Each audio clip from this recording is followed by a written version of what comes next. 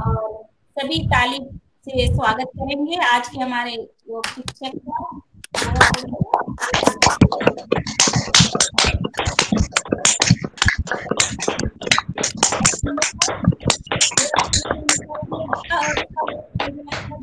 कम हो गया होगा आज। आप सभी भी प्रतिक्रिया दिखाए, कोई भी सब हमारे योग शिक्षक के बारे में बोल दीजिए, कैसे लगा आज आपको। बहुत ही शानदार लगा, बहुत ही अच्छा और उम्दा इनका योग था। योग में गति थी। इस प्रकार के योग से ही लाभ हो सकता है जीवन। आज का योग पूर्वक यदि ठीक होती है तो गड़बड़ होती है। आप बहुत सही नहीं करते तो लाभ नहीं हो पाता, योग से कुछ नहीं होता। ये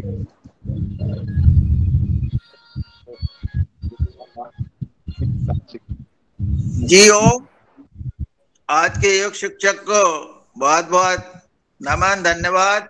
उन्होंने बहुत अच्छा आज योग कराया और हमारे योगाहार की कक्षा को और ऊंचाइयों पर पहुंचाया। उनका धन्यवाद जी ओम।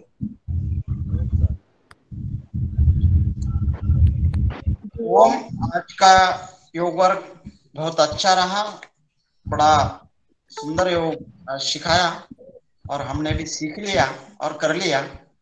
तो आज ऐसा योग से ज्यादा लाभ हो जाए। तो आज के योग शिक्षक को धन्यवाद देता हूँ। चलिए, बहुत बहुत धन्यवाद आदरणीय सभी का। आज बहुत सुंदर क्लास ली आज के हमारे योग शिक्षक ने, बहुत बहुत अभिनंदन करते हैं और आगे का सत्र आरंभ करते हैं। तो आगे हमारे चीफ गेस्ट है आदरणीय रूप सिंह राजपूत जी, गांव रोहना और जिला नर्मदापुरम मध्य प्रदेश से है। और रूप सिंह राजपूत जी हमारे योगा के स्थायी सदस्य हैं और बहुत ही उत्कृष्ट किसान हैं। तो और वो पुरस्कार से सम्मानित भी है। तो मैं उनसे आमंत्रित करती हूँ उनको कि इस मंच पर आए और अपना उद्बोधन। मैं लीव कर सकता हूँ अब? जी जी। ओम ओम साहब, रूप सिंह जी ओम। जी ओम, सभी को प्रणाम। जी मैं अभी क्षमा चाहूंगा, मुझे जाना होगा, मेरी अगली क्लास है। ओम जी कोई बात नहीं है, मुझे कोई आप लोग कर सकते हैं। ओम जी ओम। जी ओम प्रीति बहन ओम। ओम जी ओम।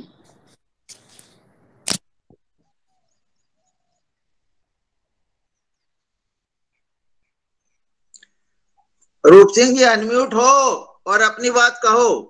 जी रूप सिंह भैया। जी, सभी को ओम प्रणाम मेरा।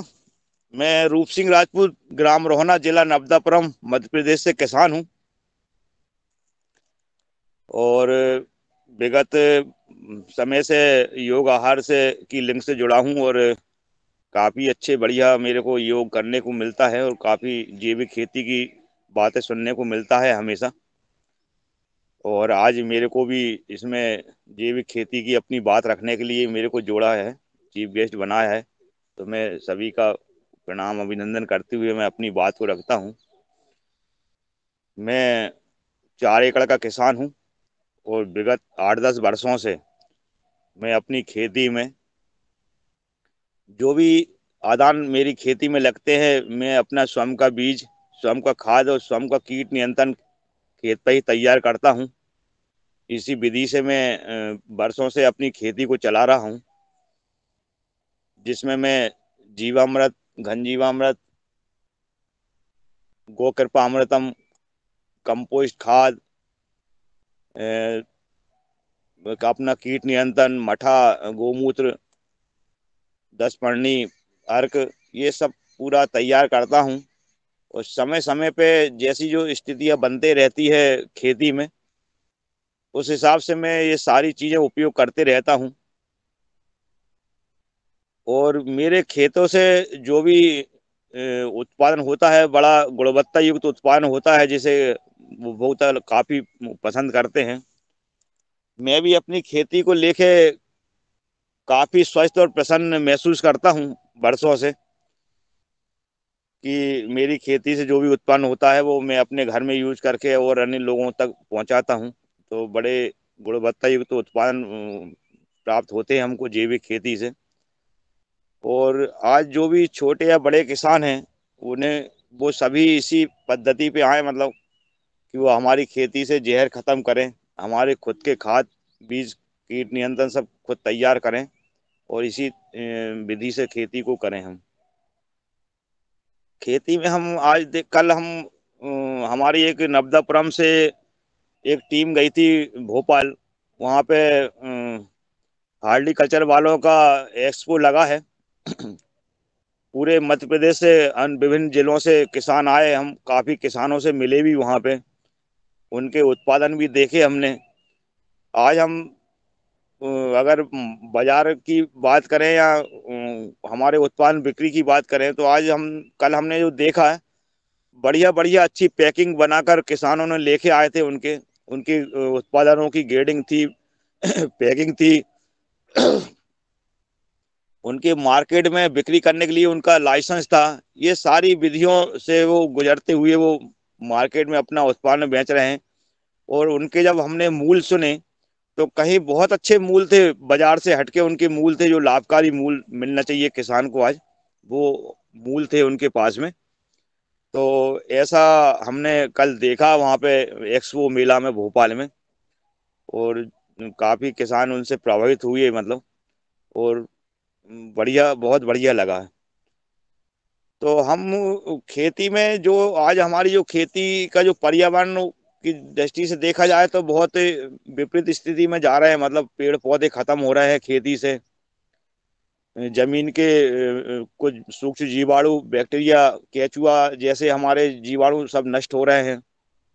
और बंजर जैसी स्थिति बन रही है कुछ खेतों की। तो हमारे खेतों से किसान तीन तीन फसलें ले रहे हैं, अंधाधुंध रसायन का उपयोग कर रहे हैं, बम्पर उत्पादन ले रहे हैं, हाइब्रिड बीज का उपयोग कर रहे हैं। तो एक ये दिशा थोड़ा सा ठीक नहीं है, मतलब वो बहुत विपरीत दिशा में जा रही है। हमारे वैज्ञानिक वगैरह भी बड़े चिंतित है इस विषय को लेकर, कि आज जो किसान खेती में जो इतना अंधाधुंध रासायन यूज कर रहा है, एक समय खेती हमारी पूरी बैठ जाएगी।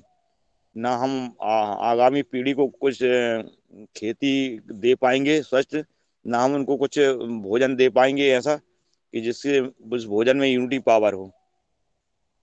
तो हम देखें कि हमारी खेती में ऐसा कोई विशेष बड़ा श्रम या बड़ी व्यवस्था नहीं बनती। हम जब प्राकृतिक खेती की तरफ हम जाएं, मान लो, तो हमको सिर्फ एक हमारी जो जितना बड़ा एरिया है, कुछ 4-5 एकड़ खेती पर एक गाय रखे हम, तो एक गाय से ही हमारे खेतों में काफी आदान प्राप्त हो जाते हैं, जिससे हम खाद बना सकते हैं, उसके गोमूत्र प्राप्त कर सकते हैं, कीट नियंत्रण भी तैयार कर सकते हैं। सारी चीजें हमारे खेतों पे ही स्थापित हो जाती है। और हम एक बढ़िया दिनचर्या से जुड़ जाते हैं कि सुबह हम जल्दी उठते हैं, गाय जो है हमारी, उसका गोबर गोमूत्र निकालते हैं, उसको लगाते हैं, दूध दोहन करते हैं, उनके लिए भोजन सानी पानी करके, और फिर हम उनको जंगल में या खेत में लेके आते हैं। मतलब तो एक हमारी बढ़िया दिनचर्या रहती है गाय को रखने से। और हमको जो आज यूनिटी पावर, हमारे शरीर के लिए जो यूनिटी पावर के लिए कुछ जो चाहिए है, वो सिर्फ आज गाय है, बस गाय ही दे सकती है हमको। बाकी हम जो अन्य खेती से या अन्य जगह से जो उत्पादन आ रहे हैं, वो बड़े जहरीले हैं, ना वो कोई खाने के हैं, ना कोई हमारे स्वास्थ्य के लिए है, मतलब वो। तो हम गाय जरूर रखें सभी किसान, और गाय का दूध उपयोग करें और उसके गोबर गोमूत्र को खेती में उपयोग करें। मैंने जब शुरुआत इस खेती से की थी, तो ऐसा नहीं है कि कुछ लोग सुनाते हैं कि भैया मेरे को बड़ी कठिनाई आती, मेरे को बड़ी दिक्कतें आ रही है। बहुत सरलता से है, हम इस सहजता से इस क्षेत्र में उतरे हैं, और सारे कामों को हम बड़े सरलता और सहजता से करते रहे, मतलब। और हमारे जो उत्पादन जो आए हैं, उसकी गुणवत्ता जो दूसरे लोगों ने बताई, बोले बहुत अच्छी गुणवत्ता है, बहुत अच्छे स्वाद है, ये सारी चीजें। और फिर उसी दिशा में हम जब चले तो हमारे को मूल भी अच्छे मिलने लगे उसके, कि हमारे जो खेतों से जो उत्पन्न होते हैं तो लाभकारी मूल मिलने लगे हमको। जब मेरे काम को जब देखा अन्य लोगों ने, कृषि विभाग ने, हार्टिकल्चर विभाग ने और सामाजिक लोगों ने, तो उससे जुड़ी कुछ उपलब्धियां भी हमको प्राप्त होने लगी है। जैसे कि मैं बताऊं कि हमको हमारे कृषि विभाग किसानों की हर वर्ष प्रतियोगिता कराता है। जो किसान कुछ हटके अपने काम को करता है तो वो अपनी फाइल फोटो के माध्यम से विभाग में रखता है, तो किसानों को हर वर्ष पुरस्कार मिलता है। वो एक पुरस्कार बड़ा लाभकारी होता है हमारे लिए। और भी शासन की विभाग की बहुत सी स्कीमें चलती है, उसमें हम हमेशा भागीदार रहते हैं। मतलब अगर हम खेती में कुछ हटके करते हैं मान लो, तो उसमें हमारे जो भी अधिकारी वगैरह रहते हैं वो हम पे विशेष ध्यान रखते हैं कि भाई ये किसान कुछ करने वाला है, इनको थोड़ा सा आगे लाएं, हम इसको हर चीज़ों में भागीदार रखें। मतलब तो हमारी हर हिस्से में भागीदारी रहती है। मतलब जब हम जैविक खेती की तरफ आते हैं तो मेरे को शासन की तरफ से विदेश घूमने का भी मौका मिला है, जिसमें मेरा कोई एक पैसे भी खर्च नहीं हुआ, सारा पैसा सरकार का खर्च हुआ है। और भी मैं भारत में अन्य जगह कई घूमा हूँ, कई पुरस्कार मेरे मेरे को मिले हैं, कई मंचों पे मेरे को बुलाया जाता है, बड़ा सम्मान प्राप्त होता है हमको। मतलब हम जैविक खेती की तरफ आते हैं तो। और खेती में ऐसी कोई बड़ी कठिनाई या कुछ अड़चने नहीं आती है जितना हम कई बार सुनते हैं किसानों से। अधिकतर लोग हमको मार्केट को लेके कहते हैं भैया कि हम उत्पादन तो कर ले, हम बिक्री कहाँ करें। जब हमने कल भोपाल एक्सपो में देखा, वहां सब छोटे छोटे किसान और कुछ समूह, कुछ महिलाएं महिलाएं हमारा अपना खुद का उत्पादन बिक्री कर रही, मतलब और अच्छे मूल्य में वो उनका बिक्री हो रहा है खूब। और काफी उपभोक्ता शहर से बहुत से उस मेले में आ रहे थे, और वो बहुत पैकेट बंद उत्पादन खरीद रहे थे बढ़िया जैविक के, वो काफी पसंद आए थे उनको। तो हम उत्पादन को की बिक्री को लेके ना आज चिंतित हो ना परेशान हो। हम मानते हैं कि हमारा बड़ा एक एक साथ पूरा उत्पादन तो बिकता नहीं है, मगर उत्पादन बिक्री में आज दिक्कत नहीं है, काफी उत्पादन हमारे बिक भी रहे हैं। मतलब और उसकी समस्या भी हल हो रही है धीरे धीरे करके। मतलब कि जो भी उत्पादन है वो अधिकतर उपभोक्ता जैविक उत्पाद ही मांग रहे हैं। उनको भी पता हो गया है कि आज जो खेती से रासायन खेती जहाँ हो रही है, वो रासायन खेती से जो उत्पादन आ रहे हैं वो बहुत जहरीले उत्पादन है, और वो खाने योग्य नहीं है हमारे परिवार में। तो जैविक उत्पाद भी कुछ लोग मांगने लगे हैं, बहुत उसकी बिक्री भी होने लगी है। तो इसमें ये हो रहा है कि जो जैविक उत्पाद है वो ना उस पर किसी सरकार का या किसी सामाजिक व्यक्ति का नियंत्रण नहीं है रेट को लेके। उसके जो मूल खुद किसान तय करके लेके आता है मार्केट में कि ये उत्पादन है और इसकी ये मूल है। तो ये बड़ी बात है कि किसान अपने मूल खुद तय कर रहा है, मतलब जैविक खेती के। और वो जो मूल तय हो रहा है वो उसके लाभकारी मूल तय हो रहे हैं। मतलब तो उसमें कोई दिक्कत भी नहीं आ रही है। और मैं इसी क्षेत्र में काफी वर्षों से काम कर रहा हूँ। और किसी कोई किसान को अगर कुछ जैविक खेती को लेके, गो आधारित व्यवस्था को लेके कुछ प्रश्न पूछना हो तो मुझसे चर्चा कर सकते हैं। मेरे पास कहने के लिए आज इतनी ही चीज है, क्योंकि मैं काफी दिनों से योग आहार के माध्यम से जैविक खेती को लेके काफी किसान को मैंने सुना है, समझा है। और भी सारे लोग सब सुनते हैं। और भी अगर कुछ मुझसे जानकारी या कुछ इस विषय पे हमको चर्चा करना है कुछ सामूहिक तौर पे, तो हम कर सकते हैं। जी ओम।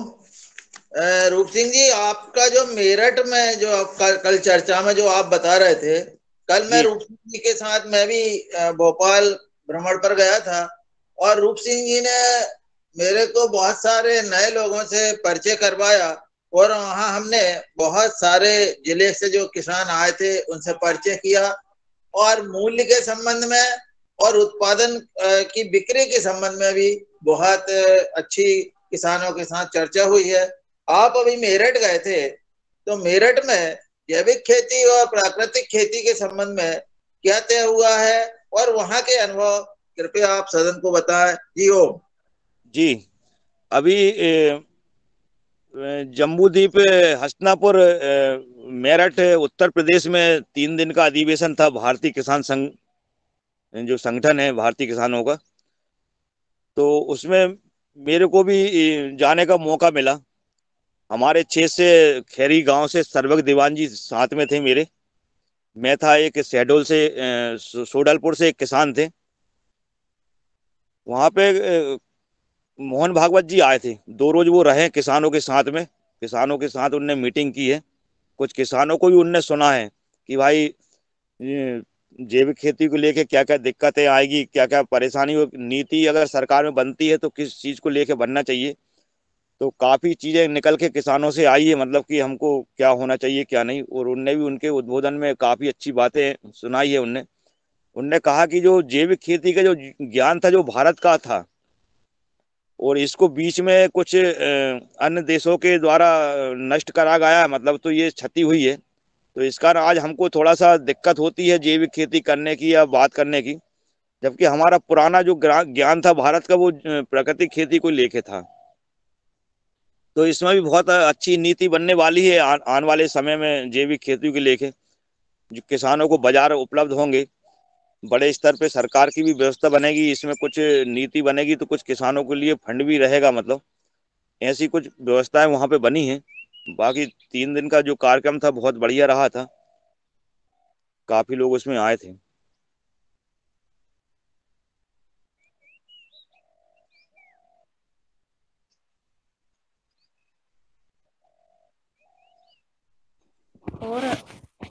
और वहां पर कोई गवत के बारे में बताया है, ग्रास के बारे में?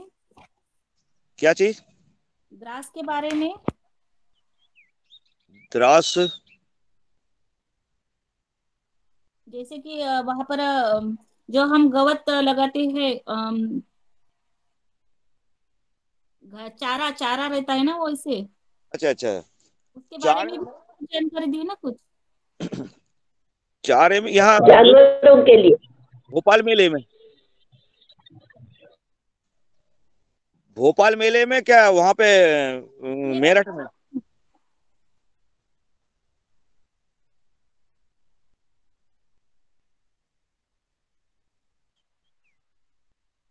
भोपाल मेले के बारे में बताइए। भोपाल मेले में आपने क्या देखा, क्या था, किसानों के लिए कौन कौन सी चीज उपयोगी थी वो?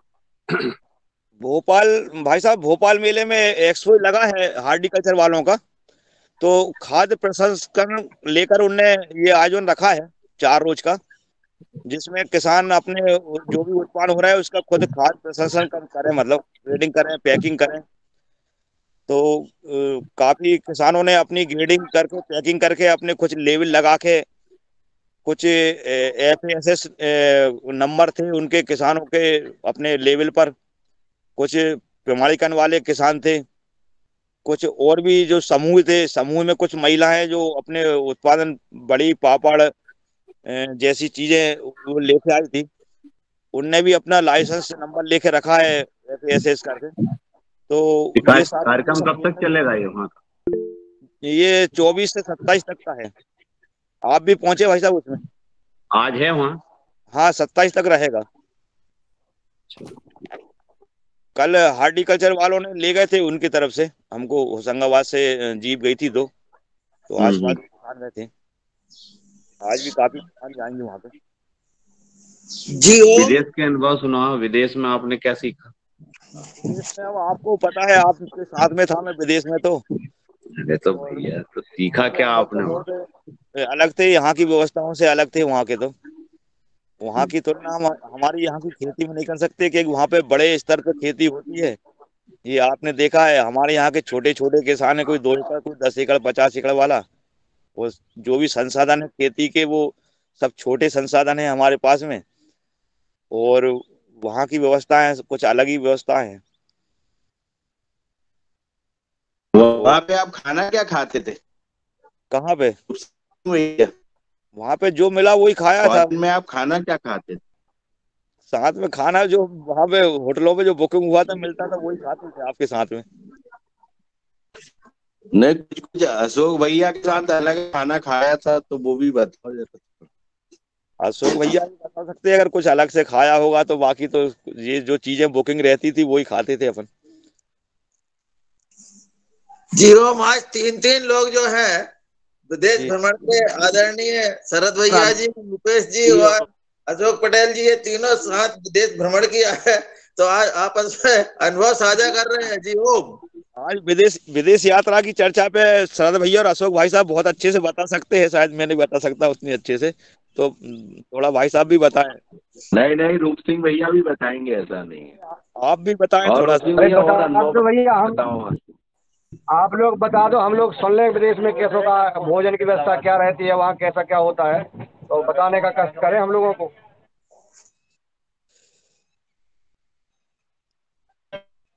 जी शरद जी।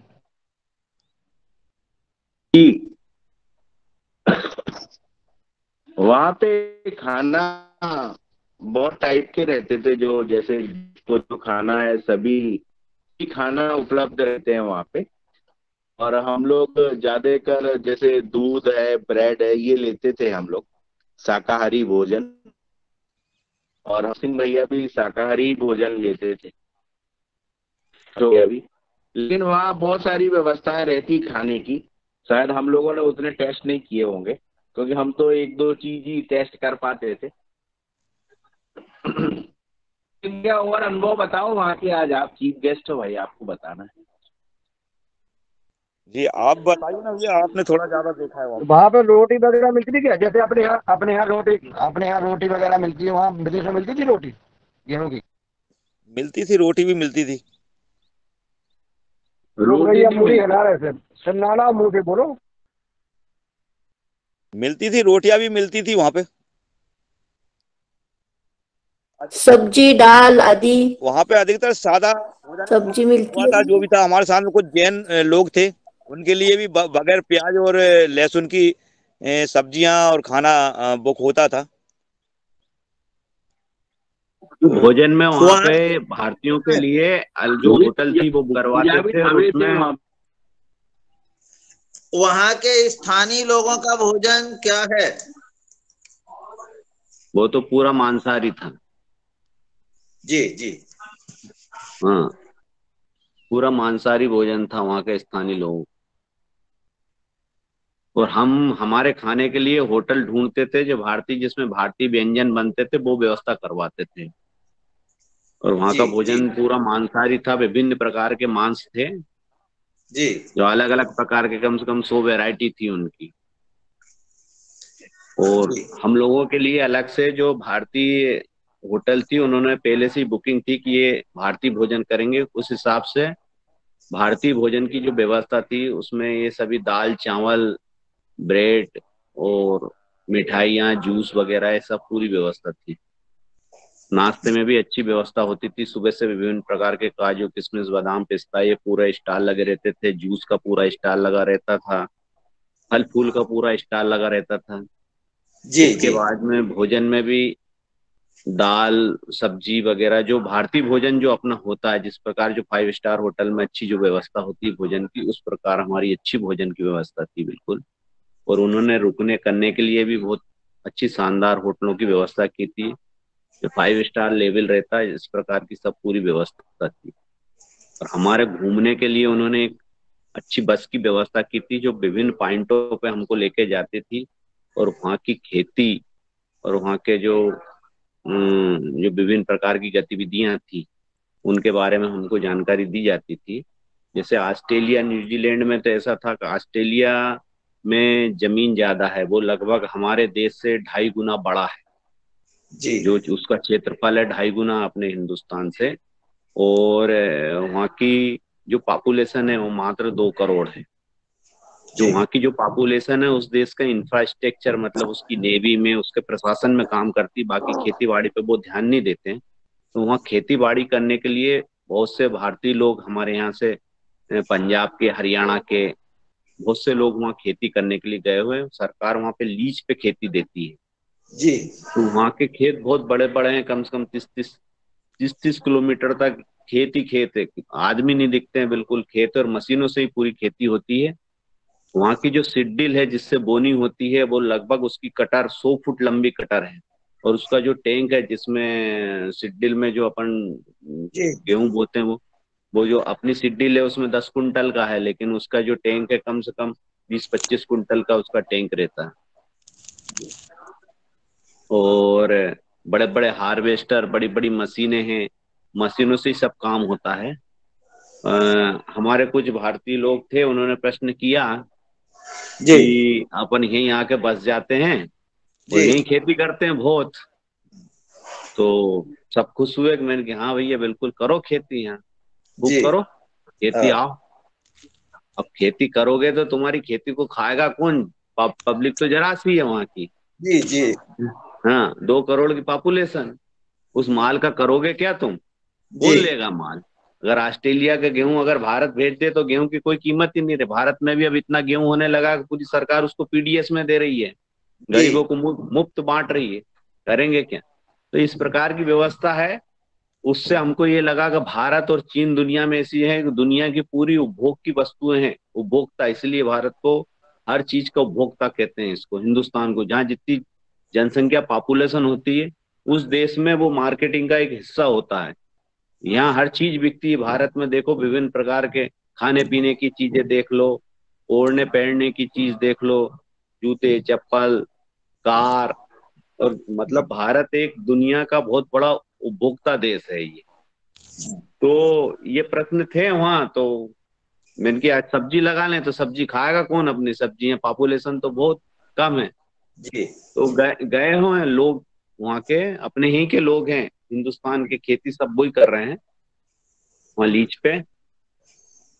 और न्यूजीलैंड बहुत ठंडा प्रदेश है जिसमें क्रिकेट मैच अपने यहाँ के होते रहते हैं। वहाँ के ग्राउंड भी हमने देखे जहाँ, और जो अपने यहाँ के क्रिकेट खिलाड़ी वगैरह जो रुकते हैं उनके होटलों में भी हम गए जहाँ जहाँ वो रहते थे।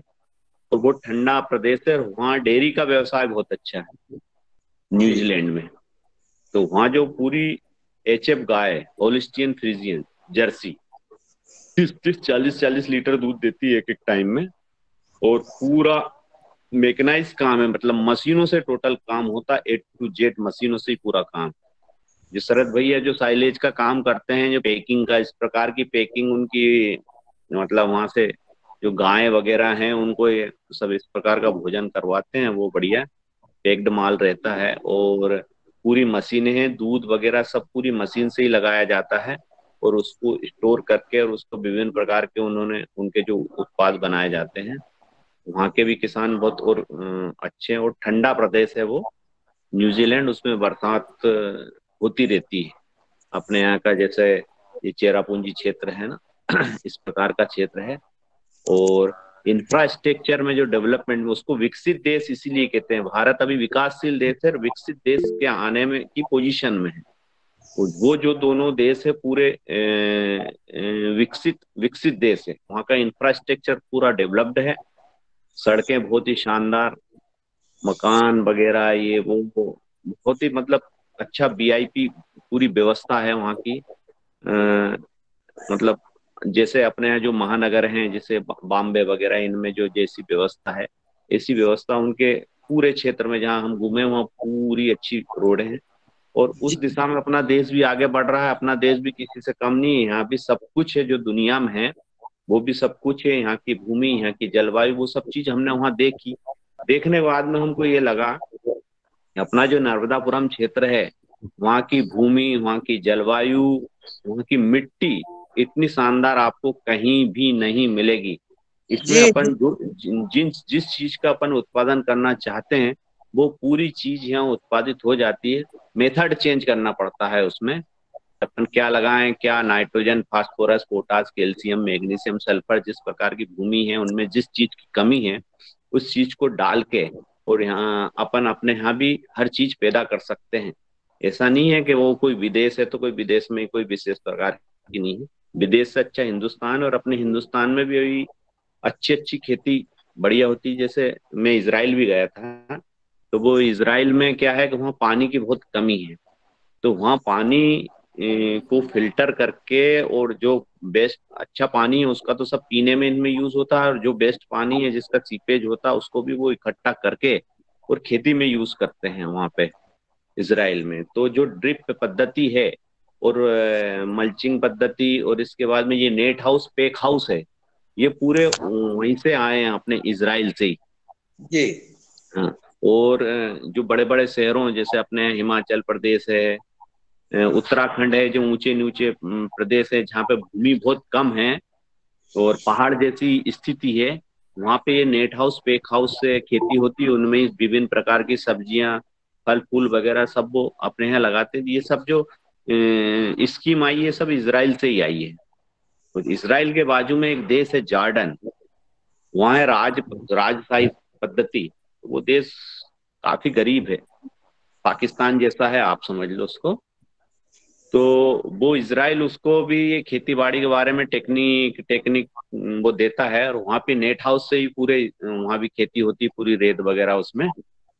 और ये जो सब बाहर जाने से क्या होता है, नई नई चीजें इंसान देखता है, और आप लोगों से भी सब हम जो जुड़े हुए हैं और जो नई नई चीजें देखते हैं, उसमें अपने दिमाग में एक व्यापकता आती है, और जब कोई चीज देखता है तो उसको समझ जाता है एक बार देखने के बाद में। तो ये जो हमारा विदेश जाने के बाद में, घूमने के बाद में ये सब चीज देखते हैं, तो मस्तिष्क में एक नई नई प्रकार की व्यापकता आती है। तो उससे अपने को काफी कुछ सीखने को मिलता है, और काफी कुछ लोगों को बताने को मिलता है, और काफी कुछ फील्ड पे करने को भी मिलता है। तो ये हमारे वहाँ के अनुभव है। वहाँ बहुत बढ़िया अच्छी खेती है और विकसित है, और जो चीजें हैं पैकिंग करके अच्छी अच्छी, मैंने तो यहाँ दुबई भी हम गए थे, रुके थे, तो दुबई में देखा तो ये अपना जो गेहूं चावल वगैरह है, इनकी कीमत तो बहुत ज्यादा है। मतलब आप हजारों रुपए किलो चावल है, गेहूं वगैरह, ये यहाँ दुबई में बहुत महंगे महंगे बिकते हैं, बहुत ज्यादा।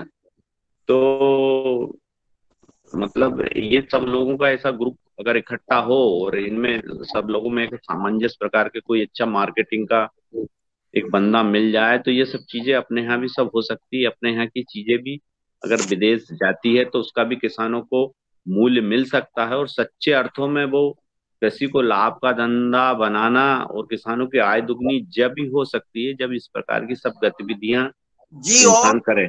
जी जी परसों, मतलब परसों के दिन मार्केटिंग पर ही यहाँ जो सिंगापुर से लोग आए हैं उस पे भोपाल में चर्चा है। और कल के जो थोड़े से अनुभव है, यदि सदन अनुमति देता है तो मैं अब हम विदेश से भारत और मध्य प्रदेश लौट आए, और अभी जो है भोपाल में जो हम लोगों ने देखा, महसूस किया, यदि सदन चाहे तो थोड़ा सा अनुभव बता सकते हैं। जी ओम, बताइए बताइए बताइए, सादर आमंत्रित है आदरणीय मेयर जी ओम। तो कल हम लोगों ने रूप सिंह भैया के साथ जो भिन्न भिन्न जिलों के लोग किसान आए थे, उन सबसे बातचीत की है, उन सबके उत्पादों के संबंध में चर्चा की है, और उन्होंने जो उत्पाद बनाए हैं और जो उनने रेट तय किए हैं वो भी सब हम लोग लिख के लेके आए हैं। साथ ही कल मतलब कल के दिन जो है सोमवार को हाँ मार्केटिंग पर ही चर्चा है। और सिंगापुर से एक सज्जन आए हैं जो केवल अपने जबलपुर के रहने वाले हैं, और उन्होंने ये बताया कि हम पूरे विदेश में घूमे हैं, पर अपने मध्य प्रदेश या इंडिया जैसी कहीं भी, जैसे आपने कहा वही स्थिति उन्होंने भी बताई। और वो उन्होंने लगभग करोड़ों, मतलब 700 करोड़ का एक एमयू मध्य प्रदेश शासन से तय किया है। परसों लोगों से अलग अलग मिल रहे हैं, किन किन बातों पे चर्चा होनी है। हमारे जो छिंदवाड़ा से राहुल भाई है, उनके साथ भी वो ऐसी चर्चा हो रही है। तो हमारा निवेदन ये है कि यदि कल हम आप यहाँ से कुछ पहुंचते हैं तो उन पर चर्चा, क्योंकि सिंगापुर की स्थिति उन्होंने ये बताई तो वहां पर पैसा तो है पर खाने को कुछ नहीं है। और कोरोना में ये स्थिति हो गई थी कि भाई हम पानी कहाँ से लाएंगे, मिलेगा कि नहीं, भोजन मिलेगा कि नहीं। तो उन्होंने अब दूसरा रूट भी तय किया है भोजन के लिए, तो वो उन्होंने भारत को कर रहे हैं और मध्य प्रदेश सरकार के साथ उनका हुआ है। तो वो भिन्न भिन्न जिलों में जो है इस तरह की उत्पाद के संबंध में बात कर रहे हैं, मार्केटिंग के संबंध में बात कर रहे हैं। तो यदि हमारे जिले से भी लोग जाएं और उनसे बात करेंगे तो निश्चित कुछ चीजें हो सकती है। और कल जो है बहुत सारी छोटी छोटी मशीनरी आई हैं, उन मशीनरियों का उपयोग भी किसान कैसे करे, तेल निकालने के लिए चक्की है, बहुत सारी चीजें जो है, कोलू है, चक्की है, और भी छोटे छोटे काम के लिए, पापड़ बड़ी के लिए भी इस तरह से बहुत सारी मशीन है। और फिर जो वैज्ञानिक लोग आ रहे हैं वो सब अपनी अपनी बात बता रहे हैं। कल जो है सांची के एमडी आए थे, उन्होंने अपनी बात बताई कि हम किस तरह से दूध के बहुत उत्पाद बना सकते हैं और उन उत्पादों में किस तरह से गुणवत्ता और उनका मूल्य संवर्धन कर सकते हैं। इसी तरह से उन्होंने और अभी अलग सिंगापुर से जो आए हैं वो यहाँ अपने जबलपुर के ही रहने वाले, अभी स्थायी निवासी वहां के हो गए हैं, और वो पूरे मतलब पूर्वी जो एशिया है उसके मार्केटिंग के चीफ है। ये बड़ी गर्व की बात है हमारे लिए कि वहां पर वो इस पद पे हैं, और अरे नाश्ता लागे नाश्ता, यहाँ पर उनको ये तय किया गया है। जी ओम।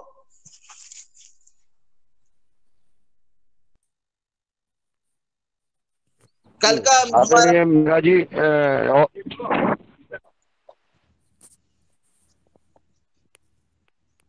जी आदरणीय मेहरा जी ने जो बताया, आदरणीय अशोक जी ने बताया, रूप सिंह जी ने बताया, शरद भैया ने बताया, जो विदेश की बात बताई है, विदेश के कल्चर में क्या वहाँ जो देखा है, सीखा है, और यहाँ भारत सरकार और मध्य प्रदेश सरकार प्राकृतिक खेती की चर्चा कर रही है, तो प्राकृतिक खेती की और जैविक खेती जो वहाँ बता रहे हैं उसमें बहुत अंतर है। मुझे लगता है कि भारत सरकार जो फंड जारी कर रही है किसानों के नाम पर, खेती के नाम पर, वो सिर्फ मीटिंगों में खर्च कर रही है। बड़ा आलीशान 7 स्टार और 5 स्टार की व्यवस्था करना, कोई कंपनियों को ये काम दे देना, इससे किसान का कल्याण हमें दिखता नहीं है संभव। ये भारत में अगर हम जो है किसान भाइयों को अधिक से अधिक मार्गदर्शन मिले, जैसे पतंजलि ऑर्गेनिक रिसर्च इंस्टीट्यूट है जो भारत में किसानों का प्रशिक्षण करे, उनके साथ मीटिंग करे, उनका विजिट कराए, तो हो सकता है कि हमारे भारत की दिशा बदल सकती है, ऐसा भी हमारा मानना है। सदन का इसमें क्या अनुभव है? भारत विदेश जाकर के अनाप शनाप खर्च करके इस फंड को ठिकाने लगाया जा रहा है, इसके मैं पक्षधर नहीं हूं, और सदन की राय क्या है? बिल्कुल सही है आपका कहना, और अधिकतर यही हो रहा है, मीटिंग, ईटिंग और चीटिंग हो रही है। जो डायरेक्ट किसान को फायदा अगर सरकार दे दे, क्योंकि बात हो रही लेकिन किसान को डायरेक्ट उसका लाभ नहीं मिल रहा है, ये होना चाहिए। ये होगा उसी वक्त किसान फायदे में रहेगा। ये जो जितने चोचले तो खूब हो रहे हैं, चोचले उनसे फायदा क्या है? अपने यहाँ होशंगाबाद जिले में आप कह दो इतने किसान रजिस्टर्ड हो गए, कम से कम काफी किसान होंगे रजिस्टर्ड, खेत करता कोई नहीं, मुश्किल से उंगली पे 4 5 6 किसान है जो जूझ रहे हैं बेचारे हैं, जिन पे उत्पादन तो पैदा कर लेते लेकिन लेता कौन है? तो ऐसी स्थिति है, वो आपका कहना बिल्कुल सही है। और किसान, अब रूप सिंह भाई है, आज कितने साल से जैविक खेती कर रहे हैं, क्या स्थिति सुधरी उससे? वो यही है कि बस अब समाज सुधार कर लो, समाज सुधार करने से पेट भर आता है क्या, जब तक लक्ष्मी नहीं हो आदमी के पास? तो ये सब व्यवस्था सरकार को करना चाहिए। हाँ जी अशोक भैया और शरद भैया और रूप सिंह जी और हमारे देश के कई किसान विदेश में गए हैं। एक सरकार ने किया है और आज रूप सिंह कर रहे हैं, अपने भारतीय किसान ही कर रहे हैं, अपनी प्राकृतिक खेती ज्यों की त्यों कर रहे हैं। ये बात तो अपनी इटारसी में भी चर्चा हो जाती है, होशंगाबाद में भी हो जाती है, रमेश मेहरा जी ही बता देते हैं, आपस में बैठ जाते। इतना तो खर्च करने की क्या जरूरत है? अगर इतना रूप सिंह को विदेश जाने में खर्च किया है, इतना सहयोग कर देते अगर रूप सिंह का सरकार, तो रूप सिंह और डेवलपमेंट कर लेती और साधन जुटा लेती। इसमें भी आपकी क्या राय है? नहीं, एक्चुअल में नहीं मैं सदन को सादर प्रणाम करता हूं। नहीं, विदेश जाना, अशोक भैया बोले हम जी। नहीं, वो एक अलग चीज है। जैविक खेती, प्राकृतिक खेती के लिए हम विदेश नहीं गए थे। हमको तो विभिन्न प्रकार की मिश्रित खेती, वहाँ हमको हार्टिकल्चर भी बताया गया, एग्रीकल्चर भी बताया गया, इसके पशुपालन के बारे में भी बताया गया, इसके बाद में मशीनरी के बारे में बताया गया, विभिन्न। वहाँ जैविक खेती के बारे में कुछ नहीं था विदेश में। और अब जो सरकार जितना जो कर रही है, इनको तो सीधा सीधा करना चाहिए किसान के खाते में। जो ये बात कर रहे हैं कि 900 रुपए या जो भी है, वो डायरेक्ट खाते में, जो जैविक किसान कर रहे हैं उनके खाते में उनको जोड़ देना चाहिए, उनको खाते में पैसे देना चाहिए डीबीटी के माध्यम से। और दूसरी चीज, उसका उत्पाद जो किसान पैदा कर रहा है उसकी मार्केटिंग की व्यवस्था करना चाहिए। मेन सरकार को इसी चीज पे ध्यान देना चाहिए। बाकी रही विदेश जाने की बात, तो विदेश तो अब सरकार ने वो योजना बंद कर दी, कुछ दिनों के लिए सरकार ने चालू करी थी, अब तो वो सब योजना बंद है। लेकिन वो योजना से क्या होता था कि जब किसान कोई चीज नई नई चीज देखता था तो उसके दिमाग में व्यापकता आती थी, उससे फायदा होता है। मतलब आदमी कुछ काम, उसकी सोच बढ़ जाती है, कुछ काम करता है। तो वो प्रक्रिया तो बंद हो गई। अब अपन अगर उसके बारे में कुछ बात करें तो भी नहीं, वो तो खत्म हो गई बात। वो जिस प्रकार की ये अपनी योजना थी नहीं, जिस तीर्थ दर्शन योजना करवाती थी सरकार, इसी विदेश दर्शन योजना थी, उसमें हम गए थे। तो वो तो योजना अब बंद हो गई है। तो वो योजना वैसे चलना चाहिए, उससे अलग अलग किसान उससे फायदा होता है। उससे कोई कोई इतना कोई सरकार के पास तो इतना पैसा है कि अगर खेती के तरफ ध्यान दे दें तो किसान का कल्याण हो जाता। सरकार के पास तो अरबों खरबों रुपए इतने पैसे हैं कि वो कुछ भी कर सकती है। अब तो सरकार के पास जीएसटी के माध्यम से इतना पैसा जा रहा है कि वो कुछ भी योजना कर सकती है। और सरकार में आप क्या समझ रहे, कुछ बहुत सारी 90% योजना तो ऐसी जिसका कोई काम नहीं और करोड़ों अरबों रुपए लोग कमा रहे हैं। अपन क्या है ना 80% लोग, ना 70% लोग जो खेती से जुड़े हुए हैं, तो अपन को तो ये 2-4 चीज बता दी जाती है जिसमें ही अपन खुश हो जाते हैं, चलो ये है वो ठीक है। सरकार के पास तो बहुत योजना, अगर उसका अमल फील्ड पे अगर तरीके बंद अगर कर दें तो वो करते हैं ना। किसान संघ की मांग है किसान को लाभकारी मूल्य, सरकार लाभकारी मूल्य क्यों नहीं देती किसानों को? ये किसान संघ जिंदगी भर से लड़ रहा है कि किसानों को लागत के आधार पर लाभकारी मूल्य दे ही नहीं रही। अब सरकार तो किसानों को किसान ठेके पे देने के जा रही थी कि ये पूरी किसानी ठेके पे चल जाए उद्योगपति के हाथ में, तो अपनी संस्कृति और अपनी ये सब चीज जो अपनी सब ये सब खत्म हो जाती है। अगर वो दिल्ली में इतना बड़ा विश्व का सबसे बड़ा आंदोलन हुआ, उस आंदोलन के माध्यम से ये चीज खत्म हो गई, उन्होंने सोच ली थी।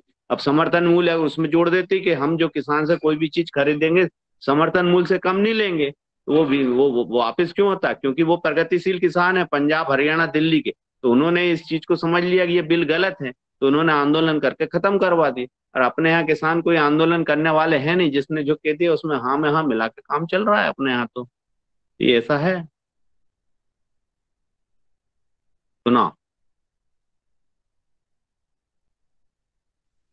जी ओम शरद भैया, आप सुनाए। जी ओम। बाहर जो विदेशी डॉक्टर विदेश में जी मुन्नीलाल सर बोले आप। जी डॉक्टर किशोर दुबे जी ने हैंड राइज किया है, तो आगे उनको बुलाते हैं। हेलो। हाँ हाँ जी जी, आवाज आ रही। जी जी, मैं बहुत अच्छी चर्चा सुन रहा हूँ और उसमें जो रूप सिंह जी ने जो एक ऑस्ट्रेलिया के बारे में बताया, वही पिन पॉइंटेड सवाल मैं पूछ रहा हूँ कि वहाँ पे भूमि की मात्रा बहुत है, 2-2, 10-10, 20-20 किलोमीटर के खेत है, बड़ी बड़ी मशीनें हैं, उससे बुआई की जाती है, हार्वेस्टर से उनको काटा जाता है। तो और वहाँ पे तो आबादी बहुत कम है, तो ये जो उपज आती है ये उपज कैसे बेची जाती है और उसका मूल्य किसान को किस तरह से मिलता है, इस बारे में यदि वो बोलते हैं तो हमें जरा मतलब जानकारी भी मिलेगी और इस स्थिति में अपन अपने देश के लिए कुछ कर सकते क्या, वो भी जानकारी। जी जी, इस पे सरल भैया बहुत अच्छा बताएंगे इस विषय पे। आदरणीय सरल भैया जी को बुला। जी जी जी जी आदरणीय सर भैया। हम लोग जब अशोक भैया, रूप सिंह भैया, हम लोग गए थे तो आपको बताएं ये न्यूजीलैंड से जब हम लोगों ने ये साइलेज देखा था, तो ये साइलेज वहीं से लेके आए। वहां हमने देखा था गाय को मक्के का साइलेज खिला रहे हैं। और सबसे पहला मेरा अगर साइलेज से परिचय हुआ तो वो मेरा न्यूजीलैंड में हुआ था।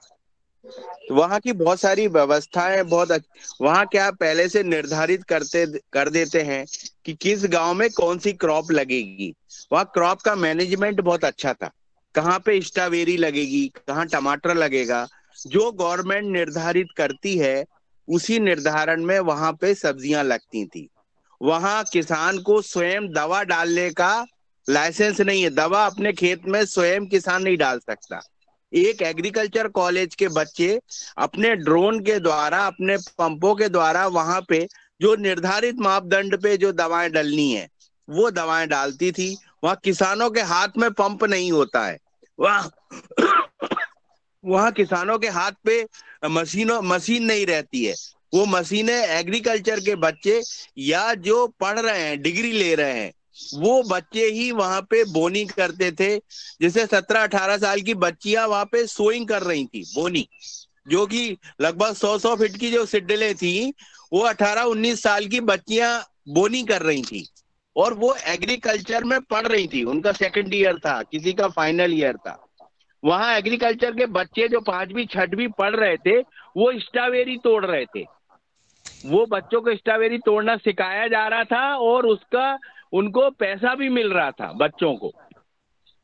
वो खेतों में जाके वहां के एग्रीकल्चर के जो साइंटिस्ट हो, जो टीचर्स होते हैं, वो अपना कैंप लगा लेते हैं, और प्रैक्टिकल तौर पे किसान की सब्जियां तोड़ने की, ग्रेडिंग पैकिंग की मशीनें वहां सारी खेतों पे ले जाते हैं, और सारा प्रैक्टिकल बताते हैं। तो वहां की जो चीजें थी बहुत महत्वपूर्ण थी, और सीखने लायक चीजें हैं वहां की, कि वहां का जो दवा है, जो अपने यहाँ दवा टोटल इंडिया में छोड़ रखा है, कोई कितनी भी दवा डाले अपने खेतों पे, कहीं किसी का ऑब्जेक्शन नहीं है। वहां की गवर्नमेंट दवा खुद डालती है। आप तो वहां पे आपको बताना है कि हमारे खेतों में ये बीमारियां हैं, फिर वो आएगी यूनिट, और वो आके, जैसे अपने यहाँ मलेरिया डिपार्टमेंट होता था पहले, तो घरों घरों में मलेरिया की दवा डाली जाती थी, उसी प्रकार वहां खेतों में दवाएं डाली जाती हैं। तो ये वहां का बहुत महत्वपूर्ण चीजें थी। वहां किसानों का ऐसा नहीं है कि सारों ने गेहूं बो दिया, ऐसा नहीं। वहां जिस गांव में जो अलाउ करती थी गवर्नमेंट, वो ही क्रॉप बोते थे। वहां के गेहूं का जो प्रोटीन परसेंटेज था, वो 20 से ऊपर है, इसलिए वहां का गेहूं इतना महंगा बिकता है। अपने यहाँ के गेहूं का प्रोटीन 7 से लेके 8 है, वहां का जो प्रोटीन है वो 20 है, 20। आप सोच लीजिए, जिसका प्रोटीन 20% है, आपका प्रोटीन 8% है, आपका जो गेहूं आप पैदा कर रहे हैं वो गाय के खाने लायक भी नहीं है। तो ये चीजों का अनुभव हम लोगों ने वहां जाके देखा, और वहां देखा कि हमारा गेहूं वहां क्यों नहीं सप्लाई हो सकता। भाई वहां जो गेहूं हो रहा है वो 20 का, वहां का जो आदमी 2 चपाती खा रहा है उसको उतनी ताकत मिल रही है, यहाँ 8 रोटी खा रहा उतनी मिल रही है। 8 रोटी खाने के बाद उतनी ताकत मिलती है जो ऑस्ट्रेलिया में 2 रोटी खा के मिलती है। ये चीजों को समझना पड़ेगा आपको। वहां पे जो बोनी होती है, सोइंग होती है, वो गवर्नमेंट के निर्धारण अनुसार होती है। गवर्नमेंट के बच्चे जो एग्रीकल्चर के, वो जाके बोनी करते हैं वहां पे। आपको खुद बोनी नहीं करनी है वहां पे। यहाँ पे क्या है, अनाधुंध यूरिया डालना है तो 4 बोरी डाल दी। वहां पे ऐसा नहीं कर सकते, वो ही यूरिया डालेंगे, वो ही दवा। जो मेन कल्चर, जो जमीन के अंदर, जो जमीन को बिगाड़ने वाली चीजें हैं, वो सरकार ने वहां अपने होल्ड पे ले रखी है। इस कारण वहां की जमीन और वहां के लोग तंदुरुस्त हैं, और वहां की जमीनें शुद्ध है, क्योंकि गवर्नमेंट का दवा के ऊपर, खाद के ऊपर और वहां के लोगों के ऊपर पूरा अनुशासन है। हर गांव का निर्धारण है, इस गांव में स्ट्रॉबेरी लगेगी, उस गांव में टमाटर लगेगा, इस गांव में गेहूं लगेगा, ये निर्धारण है। ऐसा नहीं कि गेहूं बोया तो पूरा उठा के बो दिया गेहूं यहां से लेके वहां तक। तो ये चीजें, क्रॉप रोटेशन होते हैं हर चीज के वहां पे। तो इसका हम लोगों ने बहुत बारीकी से अध्ययन किया, और ये अभी वहां उस टेक्नोलॉजी को पकड़ने में अभी भारत वर्ष को 50 वर्ष और लग जाएंगे। वो भी पतंजलि जैसी बड़ी बड़ी संस्थाएं आगे आए जब, नहीं तो अभी 100 साल पीछे चल रहे हैं आप। जी ओम। शरद जी, आप बहुत अच्छी जानकारी दी न्यूजीलैंड के और बाकी बारे में। मेरा पिन पॉइंटेड सवाल था ऑस्ट्रेलिया के बारे में। मैं इस सवाल को जानना चाहता हूँ कि जहाँ पे बहुत बड़ी भूमि होती है, बहुत ज्यादा उपज होती है, और खाने वाले बहुत कम होते हैं, तो ऐसे स्थिति में वो उपज किस तरह से बेची जाती और उसका पैसा किसान को किस माध्यम से मिल जाता है? वहाँ इलेक्ट्रॉनिक, हम मंडी गए थे हम लोग, तो वहाँ इलेक्ट्रॉनिक्स मंडी होती है। पूरा माल मंडी के अंदर रखा जाता है और कंप्यूटर पे बोली लगती है। पूरे विश्व के जितने भी बड़ी बड़ी कंट्रियां हैं, जैसे अमेरिकन कंट्रीज हैं, जापान है, तो वहाँ के जो बड़े बड़े ब्रोकर्स हैं, वो लोग बोली लगाते हैं, और शिप के माध्यम से वहां पे माल पूरा इकट्ठा हो जाता है। सारा माल वहां पे नीलाम होता है, और वो माल फिर वहां से बिकता है, और ऑनलाइन किसान के कंपनियों के खाते में पेमेंट जाती है। जियो। शरद जी, मेरा सवाल ये था कि जैसा गेहूं है ऑस्ट्रेलिया पैदा करता है, वैसे तो बहुत सारे कंट्री पैदा करते हैं। तो जैसा हमारे यहाँ बोला जाता है कि भाई कपास का बहुत सारे देशों में हुआ निर्माण हुआ है और इसलिए भाव यहाँ पे गिर रहे हैं। दालों के बारे में भी और अनाज सोयाबीन के बारे में सबके बारे में बोला जाता, ये तो स्थिति वहां पे भी होंगी। तो फिर ऐसी स्थिति में वहां पे उनको जो उचित मूल्य वाली बात है कि उनका उपज मूल्य जो मिलना चाहिए, ये सही मिलता है क्या? कि अगर नहीं मिलता तो सरकार उसमें क्या रास्ता निकालती? हाँ सर, मैं एक चीज बता दूं आपको। वहां पे क्या है कि गवर्नमेंट निर्धारित करती है कौन कितने एरिया में गेहूं बोएगा, और वो गेहूं जब बोने के पहले ही ये हो जाता है कि अफ्रीका में जाना, अमेरिका में जाना, कितने प्रोटीन वाला। जैसे ही वहां 20 का प्रोटीन आता है, वहां अपनी कंट्रियां सब बाहर हो जाती हैं, क्योंकि 20% वाला गेहूं है ही नहीं अपने यहाँ पे। अपने यहाँ जो गेहूं है 7 और 8 है, 322 वैरायटी है, उसके अंदर 8 और 9% अपना प्रोटीन है, और वहां के गेहूं में 20% प्रोटीन है। वो गेहूं बिकता है इंडियन के हिसाब से 500 रुपए किलो, लेकिन वो जो गेहूं है वो 20% होता है, और वहां की पैदावार जो है 17-18 कुंटल ही है। लेकिन जो प्रोटीन है और जो वहां पे केमिकल उसके अंदर पाए जाते हैं गेहूं के अंदर, वो नाम के विश्व में जो जापान की कंपनी है जो टेस्ट करती है, उसमें सबसे पहले ऑस्ट्रेलियन गेहूं पास होता है।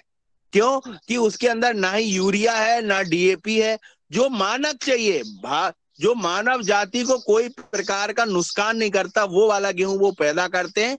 इसलिए उनका सबसे पहले गेहूं बिक जाता है बाजार में। जी, हमारी जानकारी है। डिमांड इतनी होती है कि डिमांड कम रहती है। जैसे ऑस्ट्रेलिया ने अगर 2000 कुंटल पैदा किया है, तो उनको पूरे विश्व की 3000 कुंटल की डिमांड है उनके पास। शरद जी, हमारी जो जानकारी है कि विदेशों में कहीं पर भी ऐसी स्थिति नहीं है कि किसानों को लागत मूल्य उनके ऊपर ही छोड़ दिया जाता है। किसानों का जो उपज, आपने बहुत मॉडल जो न्यूजीलैंड का रखा, बिल्कुल बराबर है कि कहाँ पे क्या लगाना आदि सब। लेकिन यहाँ पे बड़े बड़े खेत होते हैं, उपज होती है, तो उनसे परचेज किसान ही, जो वहाँ की सरकार है वही करती है। इंटरनेशनल रेट्स कुछ भी रहे, वो घाटा पूरा का पूरा वहाँ की सरकार किसानों को देती है, और किसानों को कहीं भी उसको घाटे में जाने देते नहीं है। ऐसी स्थिति है, इवन अमेरिका में भी वही स्थिति है। तो उस बारे में अगर कोई जानकारी हो तो बताइए। सर, वहाँ क्या है, जो गेहूं जब जो चीज लगाई जाती है ना, उसका पहले से ही डिमांड जनरेट हो जाता है वहां पे। और गवर्नमेंट क्या करती है वहां पे, सबसे बड़ा चीज है कि अगर जैसे मूल्य निर्धारण कर दिया है गवर्नमेंट ने, मान लो 3000 रुपए मूल्य निर्धारण कर दिया है, उससे कम अगर बिकता है तो वो उनके खाते में डायरेक्ट आधार कार्ड के थ्रू पेमेंट चली जाती है उन किसान के खातों में। लेकिन अपने यहाँ क्या होता है, गवर्नमेंट निर्धारित करने के बाद भी उस रेट से कम बिक जाता है। जैसे मक्का मान लो गवर्नमेंट ने 2500 करा है, लेकिन आज भी अपनी मंडी में जो मक्का है वो 1600 रुपए बिक रही है। तो वो प्रॉब्लम दूर हो, जो चीज का निर्धारण है उससे कम में कोई आदमी भी नहीं खरीद सकता है, और ना ही कभी गवर्नमेंट। और मान लो कभी ऐसी नौबत आती है तो वहां की सरकार, जो शिवराज जी ने चालू किया था बीच में यहाँ पे हमारे यहाँ एमपी में, कि जो डिफरेंस राशि है वो खाते में डालते थे, लेकिन हमारे यहाँ क्या हुआ, व्यापारी और किसान ने मिलके वो योजना को खत्म कर दिया। क्योंकि इन्होंने सारों ने क्या करा, फिर कम की पर्ची बनवा ली, और सारे किसान और व्यापारी ने मिलके वो सरकार की योजना को बंद करवा दिया। नहीं तो वो योजना इतनी अच्छी थी, अशोक भैया से पूछो आप, इसमें मूंग में हम लोगों को डिफरेंस राशि मिलती थी।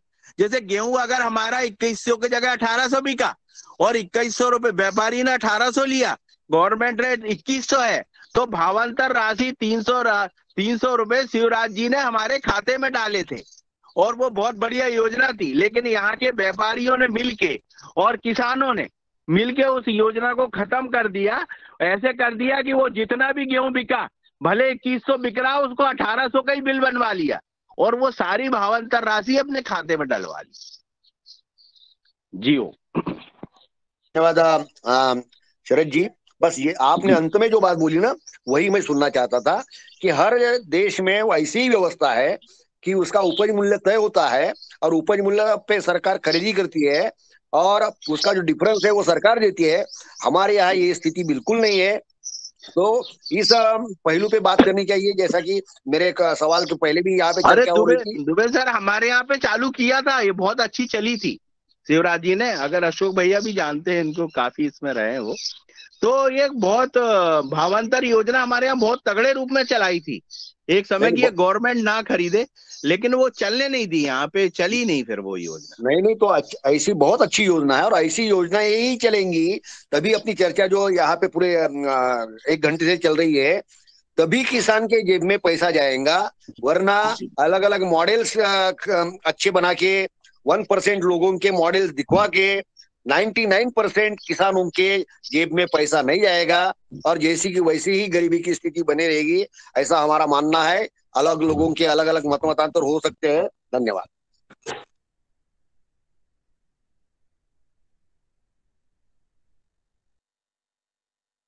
जी आदरणीय बने सिंह भाई साहब, स्वागत है, आपने हैंड राइज किया है। जी, सदन के सभी लोगों को मेरा प्रणाम। आज का विषय सदन में बहुत महत्वपूर्ण रहा है।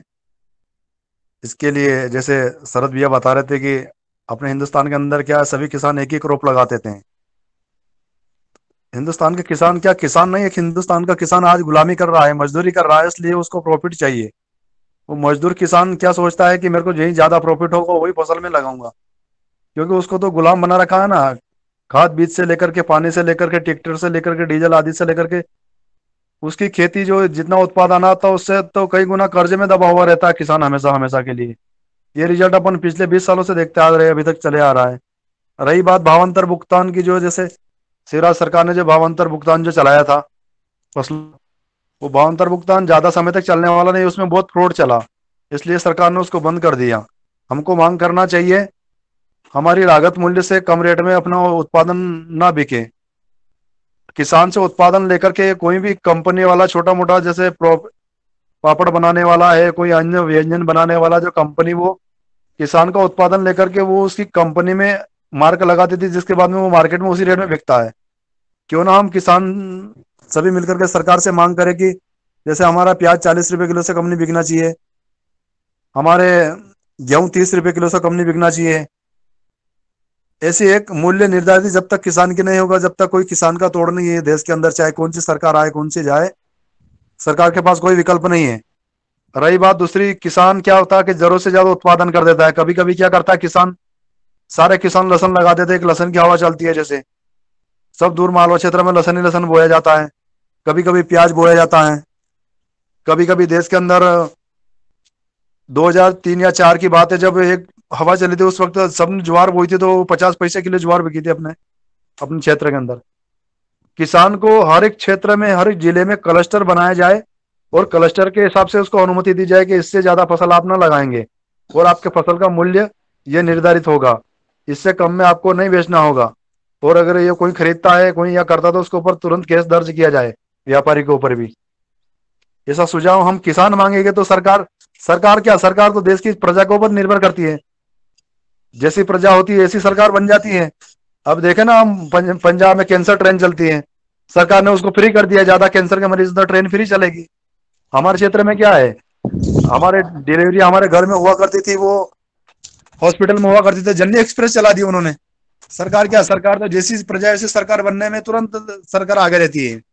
और रही बात है दूसरी, क्या बिना डिग्री के जो नेता है उसको कुछ भी ज्ञान नहीं है, उसको तो जो समस्या किसान या आम जनता की दिखती है वो ऐसा शब्द बोलने लग जाता है आपके सामने जाकर के, खड़ा होकर के। जी सर वहाँ का एक और अच्छा है मिनी प्रसाद सर, मैं एक चीज और बताता हूँ। वहाँ पे किसानों को सब्सिडियां जो दी जाती हैं वो बैंक के माध्यम से दी जाती है, डायरेक्ट सब्सिडीज नहीं है, और इंटरेस्ट फ्री सब्सिडी रहती है। जैसे मान लो आप ट्रैक्टर ले रहे हो, 25 HP का ले रहे हो या 2 HP का ले रहे हो, वो ट्रैक्टर आप ले लीजिए, बस उस पर ब्याज नहीं लगेगा आपको। आपकी जो किस्त है 10 साल की निर्धारित की दर्ज आएगी। जैसे 5 लाख का ट्रैक्टर है तो हर साल आपको 1 लाख रुपए देना है 5 साल तक, और 5 साल में आपके ट्रैक्टर पे कोई भी ब्याज नहीं लगेगा। ऐसे ही आप पाइप, खाद, बीज, जो भी चीज बैंक से लोगे तो उस पे आपका इंटरेस्ट नहीं लगेगा। ये बहुत अच्छी यहाँ यहाँ की स्कीम थी। अपने भारत का किसान क्या होता है, जैसे फसल के ऊपर या दूध के ऊपर आंदोलन करता है और रोकता है कि मैं 1 महीने फसल नहीं बेचूंगा, तो उसके पास ट्रैक्टर फाइनेंस वाले को भेज देते कि नहीं तुम्हारी किस्त तो ओल्ड होने वाली, तुरंत अब आप तुरंत जमा करिए। तो किसान मजबूर होकर के मंडी में माल ले जाना पड़ेगा उसको और उसको बेचना पड़ेगा। ऐसी ऐसी योजनाओं के नीचे किसान को दबोचा गया है कि कर्ज के बोझ तले दबाकर किसान को आत्महत्या के लिए सरकार ही विवश कर रही है।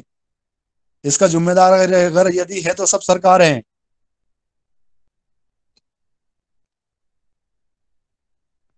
जी आगे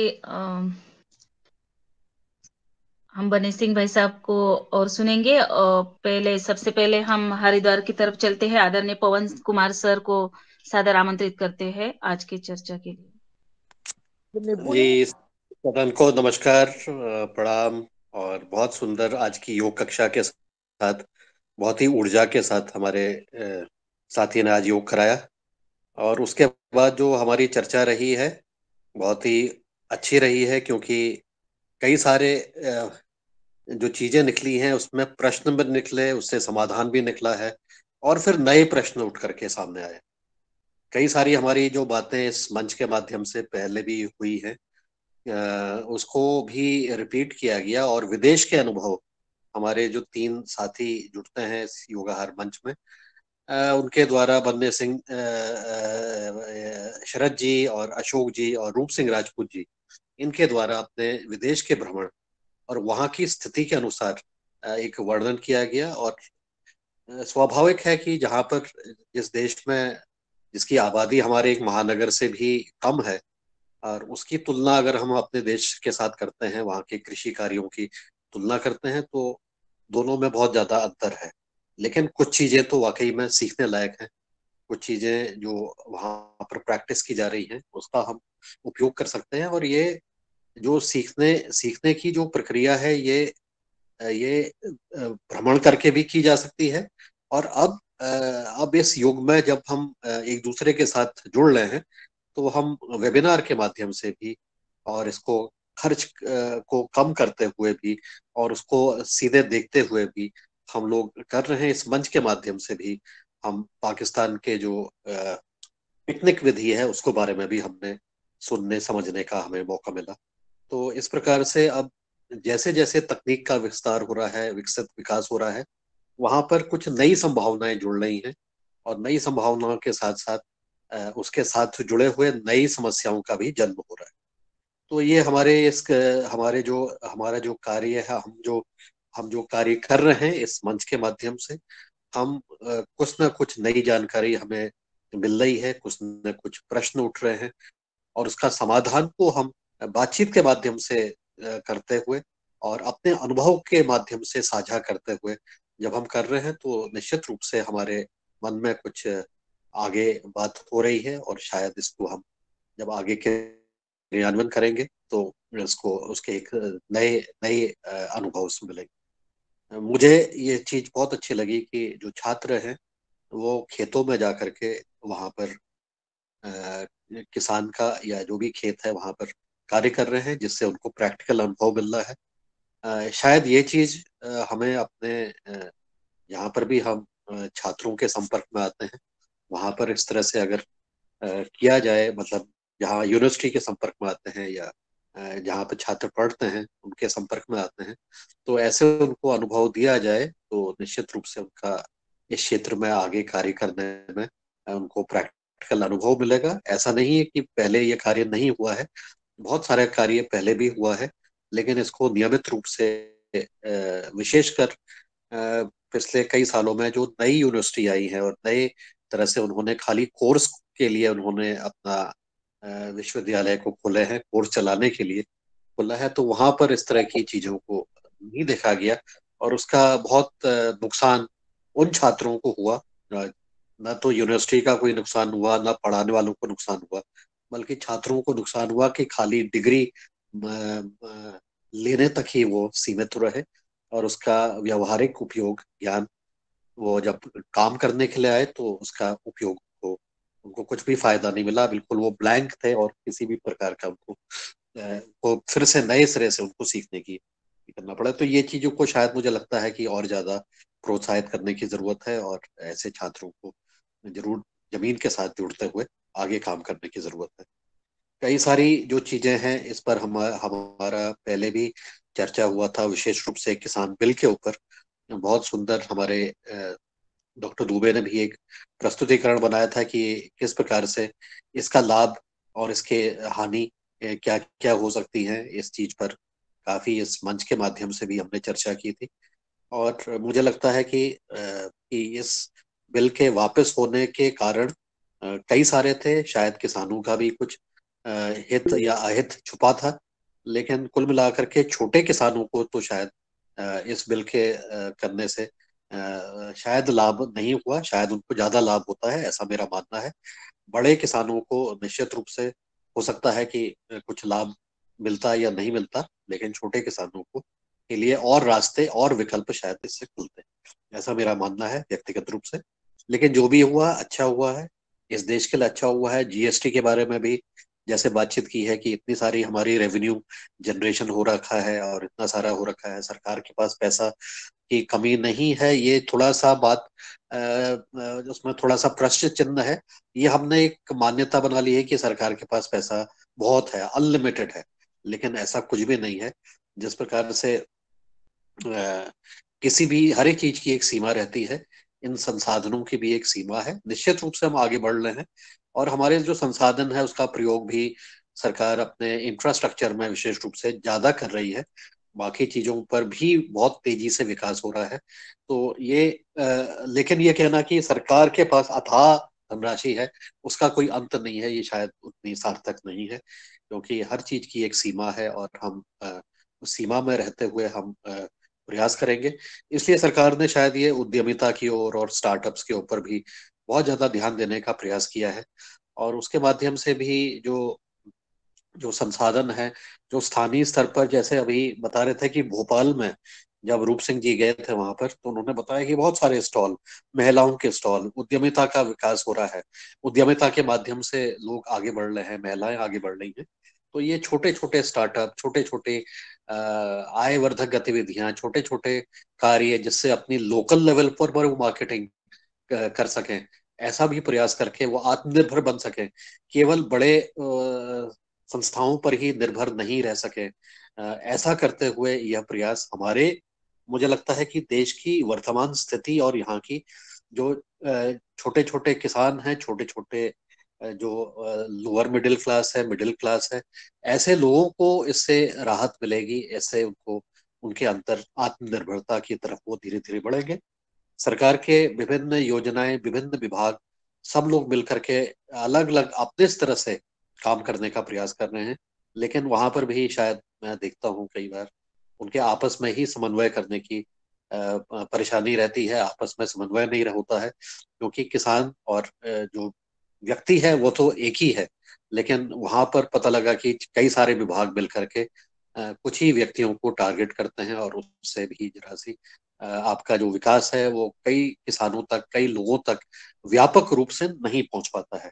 ऐसा हमने इसको देखा है और हर डिपार्टमेंट में कुछ ऐसा हो जाता है कि कुछ लोग फेवरेट हो जाते हैं और फिर उनको लाभ, सारे के सारे लाभ तो कहें, लेकिन जानकारी भी उनको मिलती है और वही मंच पर आकर के बोलते हैं। तो इससे व्यापकता जो है अपने कार्यों की, जो लोगों तक पहुंचना चाहिए, वो नहीं पहुंच पाता है। और हमारा जो विशेषकर कृषि और हॉर्टिकल्चर में जो एक्सटेंशन है वो डीलर के माध्यम से केंद्रित हो गया है। कृषि विभाग पहले एक्सटेंशन का कार्य करता था, लेकिन धीरे धीरे वो सब हट करके वो प्राइवेट पार्टीज की तरफ जब चले गया, तो प्राइवेट पार्टी को तो अपना केवल मुनाफा देखना है, उसको अपना माल, जितना ज्यादा वो माल बेचेंगे उतना ज्यादा उनको लाभ मिलेगा। तो इससे भी एक बहुत बड़ा नुकसान किसानों के लिए ही हुआ। किसान क्या और उससे जुड़े हुए जितने भी लोग हैं, चाहे वो भोक्ता हैं, सबको इसका दुष्परिणाम मिले हैं, धरती माता को दुष्परिणाम मिले हैं। तो इस तरह से भी हम देख रहे हैं कि हमारे आसपास जो इस तरह की घटनाएं जब होती हैं, इस तरह की जो एक एक एक तरीका बन जाता है, एक कल्चर बन जाता है, तो वो कल्चर को हमें समझते हुए एक संगठित रूप से साथ मिल करके इसके ऊपर कार्य करने की जरूरत है, क्योंकि ये जो कल्चर बना है, ये इस तरह का जो संगठन बनते हैं, इसके भी अपने एक दुष्परिणाम होते हैं।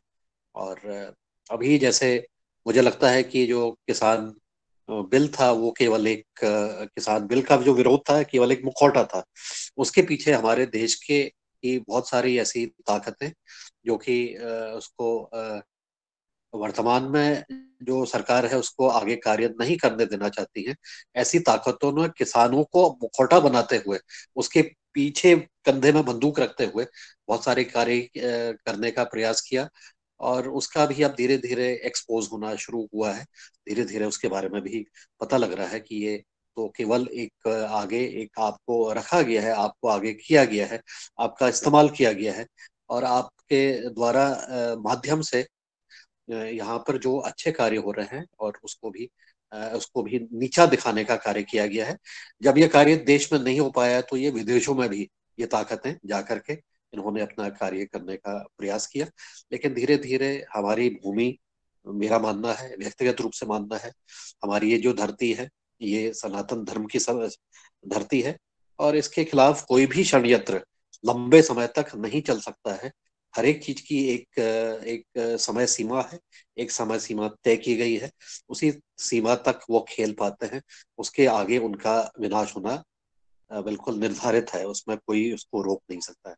तो हम अपने अपने अपने देश की भलाई, अपने धरती माता की भलाई और अपने आसपास की जो व्यवस्थाएं हैं उसको समझते हुए यह करने का प्रयास करें कि हम किस प्रकार से इसमें अपना योगदान कर सकते हैं। ये मेरा मानना है कि ऐसा करते हुए शायद हम अपना, जब हम योगदान की बात करते हैं तो हमारे लिए कई सारे रास्ते और खुल जाते हैं। हम जब कहते हैं कि हम अपनी तरफ से इसमें आहुति करेंगे तो हमारे लिए कई सारी और खिड़कियां खुलती हैं, और ये खिड़कियां जो हैं ये अपॉर्चुनिटी की हैं, ये नए आयाम को ढूंढने की हैं, ये सकारात्मकता की खिड़कियां हैं, ये दरवाजे सकारात्मकता के हैं। तो शायद ऐसा करते हुए भी मैंने भी अनुभव किया है कि जब हमने अपने मन को इस तरह से बनाया कि हम अपना कार्य योगदान की तरफ करने का करें, इस धरती माता को हम क्या योगदान कर सकते हैं, इस समाज को क्या योगदान कर सकते हैं, इस तरफ जब हम करते हैं तो शायद कुछ और संभावनाएं खुलती हैं सकारात्मकता की, और उससे चलते हुए हम आगे अपने कार्य को चला ले जाते हैं। आज की हमारी चर्चा बहुत सुंदर रही।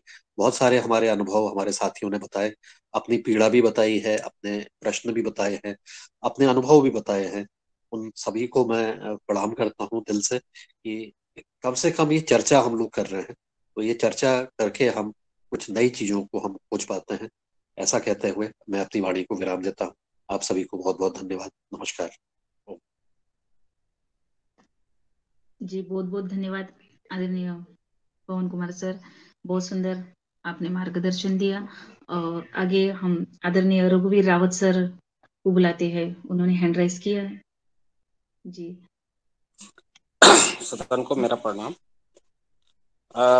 चर्चा आज वो चल रही थी कि हमारी कृषि और विदेशों में जो विकसित देश हैं, स्पेशली अमेरिका, ऑस्ट्रेलिया या फिर यूरोप, ये कंपेयर करना तो मुझे लगता है बिल्कुल भी उचित नहीं है कि वहाँ पर किस तरह की खेती होती है, फिर वहाँ पे किस तरह का कंजप्शन है, उनका खाना क्या है, क्योंकि वहाँ पर एग्रीकल्चर को ये वो नहीं मानते हैं कि ये अन्न उत्पन्न करे। एग्रीकल्चर का मतलब उनका होता है मांस उत्पन्न करना। पहली बात तो ये है। तो मुझे भी मौका मिला है यूरोप जाने का, इटली गए थे, वहाँ पे कुछ फार्म भी देखे, तो मैं थोड़ा अनुभव शेयर करना चाह रहा था कि हमारी कृषि और उनकी कृषि में जमीन आसमान का फर्क है। हम एक फार्म देखने गए थे, हमने कहा था एक फार्म दिखाओ हमें, तो उन्होंने एक फार्म दिखाया जो किसान मिलवाया, तो वो किसान जो है छोटा किसान था, वो कह रहे थे कि एक स्मॉल फार्मर है, उसका आप फार्म देख सकते हैं। तो जब हम उसके फार्म देखने गए तो 5,000 हेक्टेयर का फार्म था, और उस में करीब करीब 1 हेक्टेयर में तो उसकी मशीनें ही खड़ी थी, इतनी ज्यादा मशीनें, बड़े बड़े और कुल 4 लोग खेती कर रहे थे 5,000 हेक्टेयर। आप मुझे बड़ा ताजुब हुआ, जिसमें से एक तो बांग्लादेशी था जो बाहर से था, उसको वो एक ही आदमी को अफोर्ड कर पा रहे थे, 3 वो परिवार के थे। और इतनी बड़े एरिया में खेती करने के बाद भी उसको सब्सिडी मिलती थी गवर्नमेंट से। करीब उस समय के हिसाब से हमने पता किया तो 20,000 रुपये पर हेक्टेयर हमारे रुपए के हिसाब से उसको सब्सिडी भी मिलती थी। तब वो जो है सस्टेन कर पा रहा था। मेरा कहने का मतलब ये है कि 5,000 हेक्टेयर में वो खेती करने के बाद तब एक परिवार को पाल रहा था, वहां के हिसाब से, हमारे हिसाब से नहीं। और हमारी खेती में तो 5,000 हेक्टेयर में तो हजारों परिवार पलते हैं। तो मेरा कहना यह है कि वहां पे तो जीडीपी में जो एग्रीकल्चर का जो कंट्रीब्यूशन है वो 1% से भी कम है। और हमारे यहाँ तो 20% के आसपास उसका जीडीपी, मतलब लगभग वो कृषि और उसके अलाइड सेक्टर है, उतना है। तो उनकी खेती और हमारी खेती, उनकी पॉपुलेशन, उनकी समृद्धि, उसको कंपेयर करना और वहाँ पे क्या हो रहा है, उनकी स्थिति कैसे है। ऑस्ट्रेलिया में तो आपने खुद ही बताया कि 2 करोड़ लोग हैं, तो अब उतना तो हमारे 4 ऑस्ट्रेलिया उत्तर प्रदेश में निकल जाएंगे। तो वो सब बेकार की मुझे लगता है कि हमें विकसित देशों से अपने एग्रीकल्चर को कंपेयर नहीं करना चाहिए। और महत्वपूर्ण बात ये थी कि वो जो 5,000 हेक्टेयर में 1 किलो गोबर भी यूज नहीं कर रहा था, टोटल फर्टिलाइजर बेस। वहां पर केमिकल खेती अभी भी शायद ऐसी होती होगी, ये 84-85 की बात है। अब थोड़ा बहुत शायद वो ऑर्गेनिक कर रहे हैं, पर ऑर्गेनिक में भी गोबर का कितना प्रयोग करते हैं मुझे नहीं लगता है वो कुछ इतना ज्यादा। अब थोड़ा बहुत कर रहे होंगे, पर वैसे करते नहीं थे उस समय भी। जो हम आर्टिकल के थ्रू देखते थे तो ये लोग ऑर्गेनिक का मतलब कि वो फार्म वेस्ट को सड़ा के उसमें गोबर का बिल्कुल भी प्रयोग तब भी नहीं कर रहे थे। तो गोबर को वो एक इस तरह से मानते थे कि ये जो है बीमारी पैदा करता है। इस तरह का एक देशों में, जो विकसित देशों में ये है कि गोबर कोई खाद नहीं है इस तरह का। तो ये बिल्कुल डिफरेंट है। भले ही वह अब जो रिसर्चेज हो रही हैं उसमें ये बताया जा रहा है कि जीवाणु का बड़ा रोल है, बड़े रिसर्च भी बाहर से ही आ रही हैं और हम उसको कर भी रहे हैं। और हमारी जो खेती है अभी वर्तमान में, जो जिस तरह की हम गाय आधारित खेती कर रहे हैं, वो बिल्कुल डिफरेंट है। उसको हम उन लोगों के साथ जो विकसित देश हैं उनके साथ तो कंपेयर नहीं कर सकते। और हमारी पॉपुलेशन, हमारी आर्थिक स्थिति, हमारी जीडीपी जो एग्रीकल्चर से निकलती है वो बिल्कुल डिफरेंट है। जो हम अगर उनसे कंपेयर कि उनको कितनी सब्सिडी मिलती है, क्या मिलती है, उनका क्या है, वो बिल्कुल हमारे लिए बेमानी है मेरे हिसाब से। और हमें तो चाहिए कि हम हमारे जो रिसोर्सेज हैं, हमारी गवर्नमेंट की जो रिसोर्सेज है, मैं पहले भी कहा था कि ये लगभग 1 लाख करोड़ जो है गवर्नमेंट सब्सिडी देती है एग्रीकल्चर पे फर्टिलाइजर के रूप में। तो हमारा तो एक ही ध्येय होना चाहिए कि भाई उसमें हमारी हिस्सेदारी इक्वल हो। जो फर्टिलाइजर पे जो सब्सिडी है वो फर्टिलाइजर पे न दे के वो जमीन पे मिले। अब आदमी उस पर डिपेंडेंट है कि वो उसमें केमिकल खेती करे या जैविक खेती करे। उसको ये मतलब उसको ये उसके उस पे छोड़ दो कि वो जैविक करे कि फिर वो सब्सिडी सरकार उसको बांट दे सब फार्मर को, ताकि हर एक छोटे फार्मर को वो सब्सिडी मिले। और इसको डायरेक्ट डेबिट, जैसे जिस तरह से अभी सरकार वो दे रही है 6,000 रुपये, उसी तरह से कि भाई उसके नाम पे इतनी जमीन है, इतनी सब्सिडी उसको मिलेगी। और हालांकि कुछ लोग ऐसे भी हैं जो जिनके नाम पे जमीन है लेकिन कर रहे हैं सर्विस। तो ये इसमें थोड़ा सा ये सरकार देखे कि वास्तव में किसान खुद जमीन कर रही है कि नहीं कर रहा है अपनी, तो उसी को वो सब्सिडी मिले।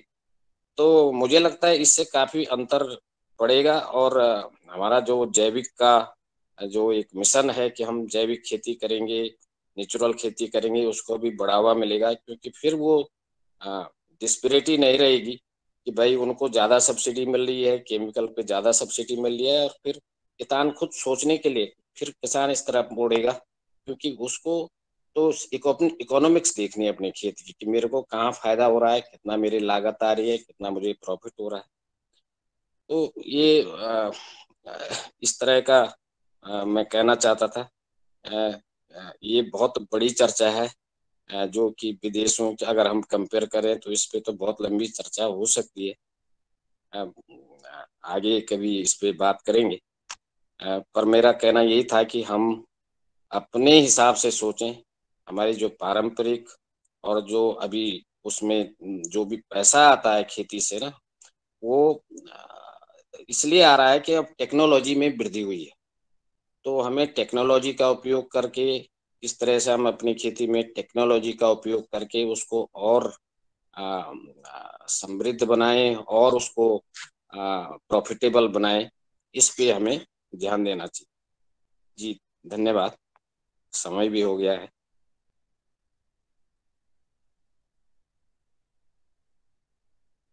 जी धन्यवाद आदरणीय रघुवीर सिंह रावत जी, आदरणीय पवन सर जी ने और आपने और डॉक्टर आदरणीय सर वर्मा जी, अशोक जी और हमारे चीफ गेस्ट महोदय रूप सिंह जी और जो सुझाव दिए हैं। मुझे लगता है विदेश नीति पर और कृषि नीति पर जरूर किसी के क्षेत्र में चर्चा हो। मैं समझता हूँ कि महत्वपूर्ण रहेगा। सदन की अनुमति हो तो कल इसको जारी रखेंगे। और आप सबका धन्यवाद। मैं रंजना जी से चाहूंगा कि आप सबका आभार ज्ञापित कर आज का विराम देने का कष्ट करें। जी जी आदरणीय धन्यवाद भाई साहब। और आज के हमारे योग शिक्षक, आज का हमारा सेक्शन बहुत सुंदर रहा, बहुत बढ़िया क्लास ली। उनका मैं धन्यवाद और आभार व्यक्त करती हूँ। इसी के साथ आज के हमारे चीफ गेस्ट आदरणीय रूप सिंह राजपूत जी भाई साहब का भी मैं बहुत बहुत धन्यवाद आभार। और इसी के साथ हमारे सदन में बहुत सुंदर चर्चा चली। सभी ने अपनी अपनी राय बता दी और देश विदेश के बारे में भी चर्चा हुई। सबका मैं धन्यवाद देते हुए सभी को, आदरणीय श्री मुन्नीलाल भाई साहब, आदरणीय बहन राजश्री कुशवाहा जी, आदरणीय अनूप बिश्नोई जी, आदरणीय भगवान दास कुशवाहा जी, आदरणीय भुवनेश्वर राय जी, आदरणीय बने सिंह जी, आदरणीय दिनेश सेमवाल जी, आदरणीय डॉक्टर किशोर दुबे जी, आदरणीय कल्पना जी, आदरणीय कृष्ण कुमार जी, आदरणीय कुलदीप पुनियाल जी, आदरणीय नीलकंठ साबड़े जी, आदरणीय पवन कुमार सर, आदरणीय